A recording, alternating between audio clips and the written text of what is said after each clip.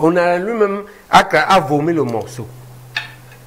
Il dit, pendant que le comité directeur siège, que je ne suis pas bon, le président, hein, que je ne suis pas bon pour les présidentielles. Je dois garder ma candidature pour les législatives. C'est lui qui sort. C'est sorti comme la diarrhée. Je suis en train de dire que j'ai recusé parce que c'est un mauvais jury. Ils sont faux. On lui donne la parole pour qu'il réponde. Ça lui échappe. Quand il a dit ça, tout le monde s'est levé. Donc Baïbek a raison. Avant que tu ne sièges, toi, tu l'avais déjà disqualifié. Tu n'as pas vu. Serez-vous candidat à cette élection présidentielle? Votre question est une tautologie. Je suis déjà investi. D'accord. Bien sûr. À fond. OK? Mais ce n'est pas au sens de l'obsession. D'accord. D'accord? Pour dire que je suis le genre de type qui dépasse ça. Vous êtes au-dessus? Oui. Ce n'est pas ça qui va faire ma gloire. J'aimerais plutôt participer à régler, améliorer la gouvernance, à apaiser le pays, à réconcilier les Camerounais. Après, je m'en vais écrire mes livres. Jean Baïbek persiste et signe.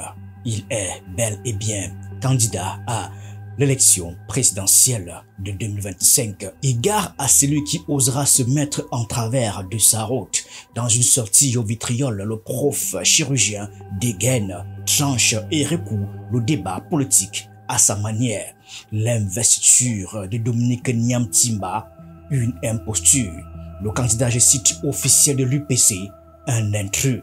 L'UPC elle-même, un champ des ruines livré aux luttes intestines. Mais derrière cette scène de ménage politique se cache une vérité bien plus amère. Le spectre de l'instrumentalisation et des accords avec le pouvoir.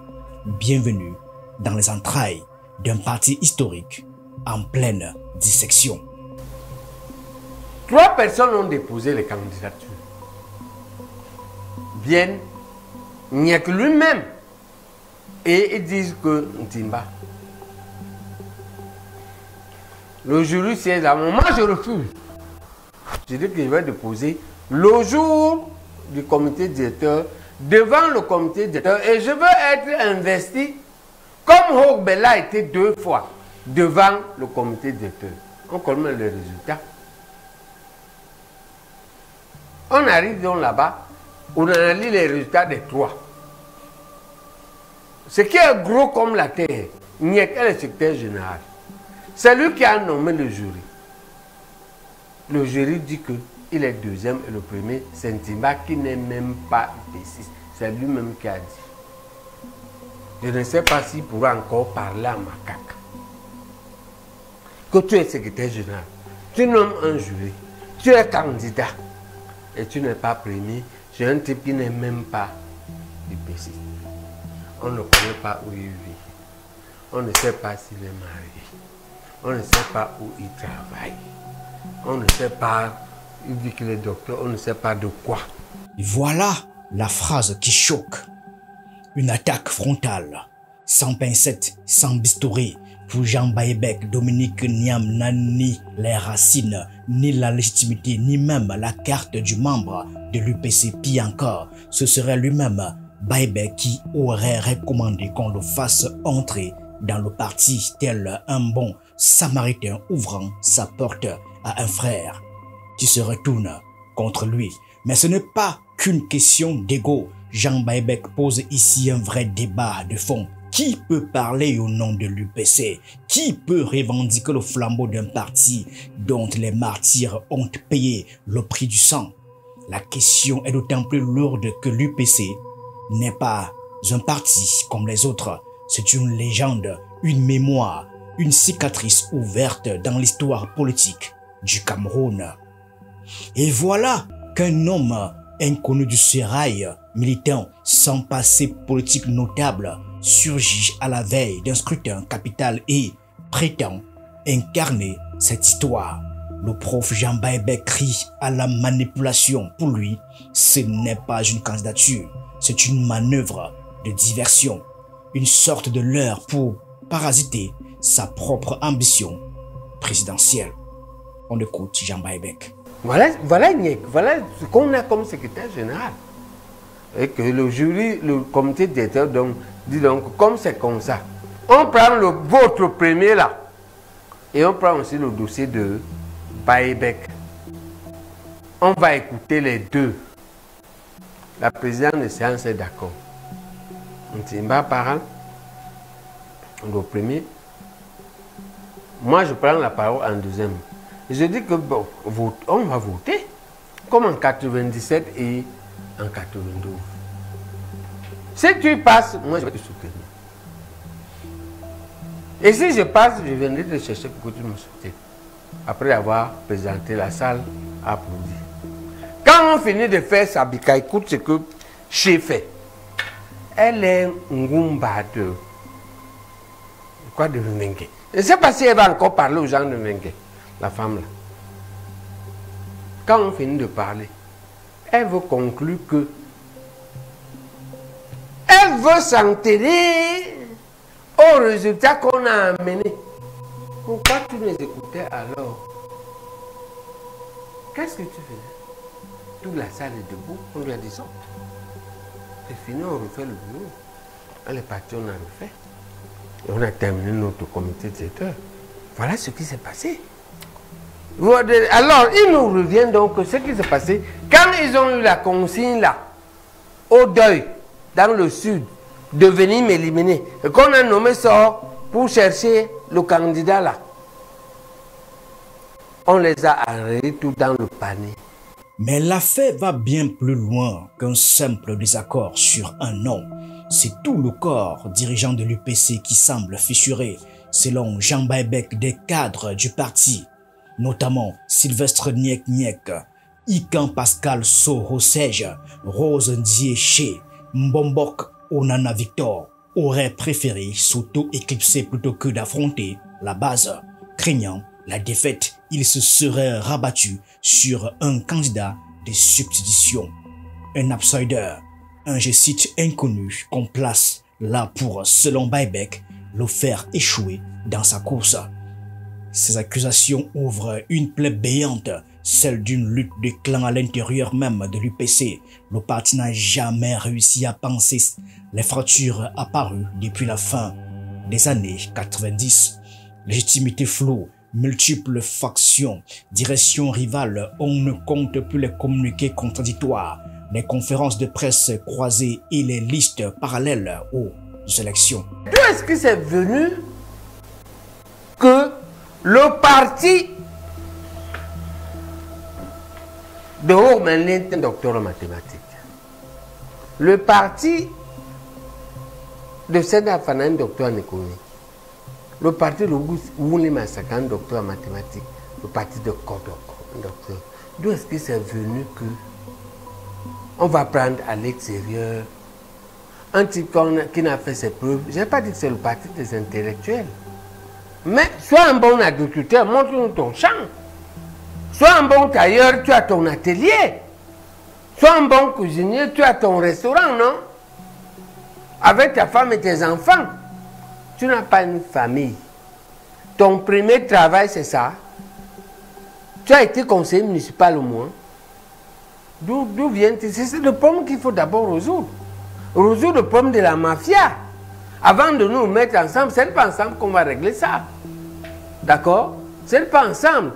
Et savoir que il nous reste combien? 45 jours à peine. Parce qu'on va convoquer le corps électoral le 8 juin.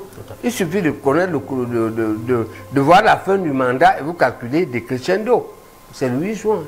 Nous sommes à peu près au 20 avril. Il reste combien? Il reste à peine 50 jours. En 50 jours, vous allez chercher les gens à Garoua, à Mawa. Vous allez régler les problèmes si. Qui va donner l'argent?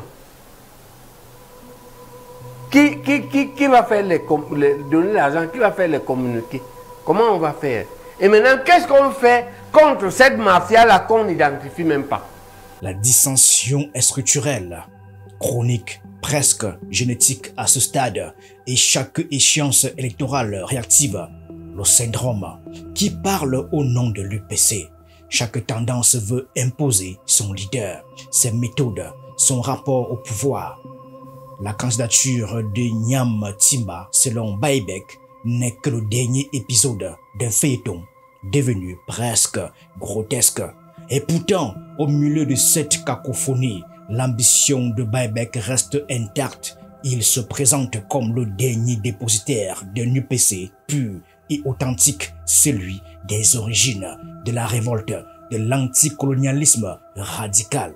Mais son plus grand ennemi n'est peut-être pas Niam Timba Dominique, c'est le désordre dans sa propre maison. Entre eux et moi, je suis prêt à affronter le comité directeur. Ok, Niek ne peut pas. Tu ne peux, les UPC ne sont pas les gens à qui tu dis que tu vas chercher quelqu'un à l'extérieur. Ce gars est même comme il est. Je crois qu'il est un peu maudit. Il peut gérer les UPC. Il peut tenir. C'est un panier de crabes, l'UPC. Comment tu fais pour survivre là-dedans si tu es léger comme ça? Que tu as plus de 40 ans, tu n'as même pas milité, tu es Bassa. Un Bassa qui a dépassé 40 ans. La seule façon de ne pas être dans l'UPC, c'est qu'il est caché pour survivre dans le RDPC. Même là-bas, il n'est pas. Il est dans les réseaux sociaux, il bavarde. D'où est-ce que ça vient qu'il soit candidat? Et qu'est-ce qui fait que Niek est deuxième? Bita, toi, ça te semble correct qu'un type est le patron du parti, le secrétaire général, le patron du parti. C'est lui qui nomme le jury qui va juger. Ce jury le fait deuxième. Et tu veux que j'interprète ça comme une situation normale? Je demande au docteur Bakang Matondje, et je lui dois beaucoup de respect et de considération, que clarifie d'abord la mafia qui fait que le faiseur de jury sort deuxième. Ok, pour ça, vous nous avez dit... Bita, réponds. C'est pas moi de... Ah non. Si tu ne réponds pas, je sors. C'est toi qui as posé la question. Et c'est ici que le nom de Robert Mbapo Lipote entre en scène. Porte-parole autoproclamé, figure controversée de l'UPC, dite, je cite des accords, Lipote est pour beaucoup celui par qui le désastre est arrivé, car oui, l'UPC a signé un pacte avec le RDPC, une alliance contre nature aux yeux des puristes, mais bel et bien actée, une alliance qui, selon les détracteurs, a dévoyé la même de ce parti de combat. Depuis plusieurs années, Robert Mbapo Lipote incarne cette orientation, je cite, collaborative avec le régime. Il a soutenu Paul Biya lors de la présidentielle de 2018, un choix qui a sémé la consternation dans les rangs militants. Comment un parti né dans la révolte, nourri à l'idée de rupture, peut-il se retrouver à applaudir le pouvoir en place? Pour Baïbek, c'est une trahison, une reddition, une soumission politique habillée en stratégie. Il y a dans le RDPC une mafia interne qui a pour mission systématiquement de créer la division. Ok? Et on a vu ça de façon objective. Vous êtes au courant qu'un ministre a nommé, on part au congrès, on vous donne le secrétaire général. Avant qu'on ait le problème avec lui, lui a déjà nommé un autre.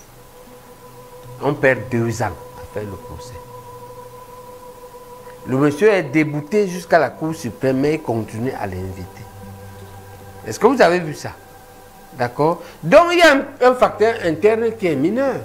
Mais il y a un facteur externe qui est majeur.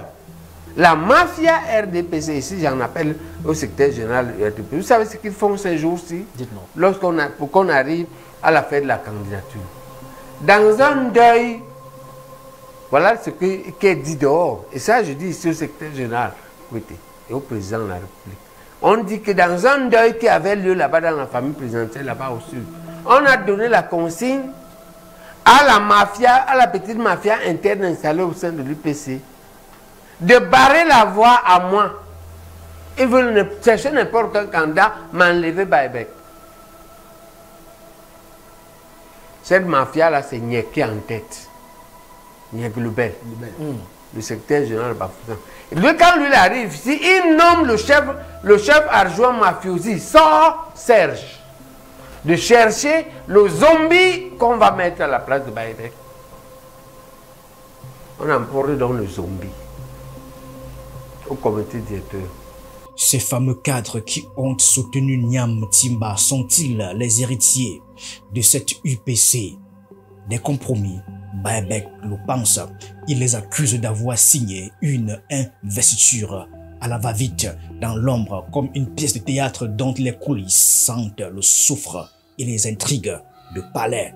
Derrière la bataille des investitures se joue donc une bataille d'échecs bien plus cynique. Neutraliser les candidatures libres, détourner les voix UPC au profit du pouvoir, désorienter l'électorat historique du parti, une stratégie classique divisée pour mieux régner. Et dans ce jeu-là, l'UPC semble malheureusement toujours perdante. Qu'est-ce qui fait qu'on doute que je suis le candidat de l'UPC? Un élément qui fait que je nous ai dit que le comité directeur de l'UPC s'est réuni. Ok, il ne me choisit pas. Mais ne choisit même pas un autre UPCiste. Vous croyez que je peux rester dans une assise comme ça? Ça s'appelle la sorcellerie, je ne reste plus. D'accord? Il n'y aura pas ça. Et je vais attaquer ça au nom des fondamentalistes. D'accord? Qui ont fait l'effort d'organiser depuis trop longtemps. Il a fait un an, 18 mois de pouvoir. Depuis les sorties du foyer Banjo, il a organisé un comité directeur, Celui-ci, c'est nous qui l'avons organisé. La preuve, c'est nous qui avons déclaré. Vous avez vu la déclaration sur Internet. Nous l'avons mise dessus. D'accord? Ce n'est pas lui qui a déclaré. Il n'est pas capable d'affronter le comité directeur. L'UPC ressemble aujourd'hui à un vieil arbre déraciné, ballotté par les vents de la présidentielle. Jean Baebek s'y accroche comme un dernier fruit encore attaché à la branche. Mais pour combien de temps? Dans cette guerre de légitimité, le prof est à la fois chirurgien et soldat. Il veut recoudre l'UPC, mais commence par trancher. Il veut incarner le renouveau, mais son parti semble incapable de renaître. À quelques mois de la présidentielle d'octobre 2025, une question brûle les lèvres. Jean Baebek sera-t-il le messie d'un parti moribond ou un prophète solitaire dans le désert électoral? La suite se jouera sur le terrain. Mais ce que nous savons, c'est que le Cameroun n'a pas fini d'être le théâtre d'un opéra politique où même les morts de l'histoire comme Ruben Oumiobe ou Ernest Ouandié doivent se retourner dans leur tombe en entendant ce vacarme.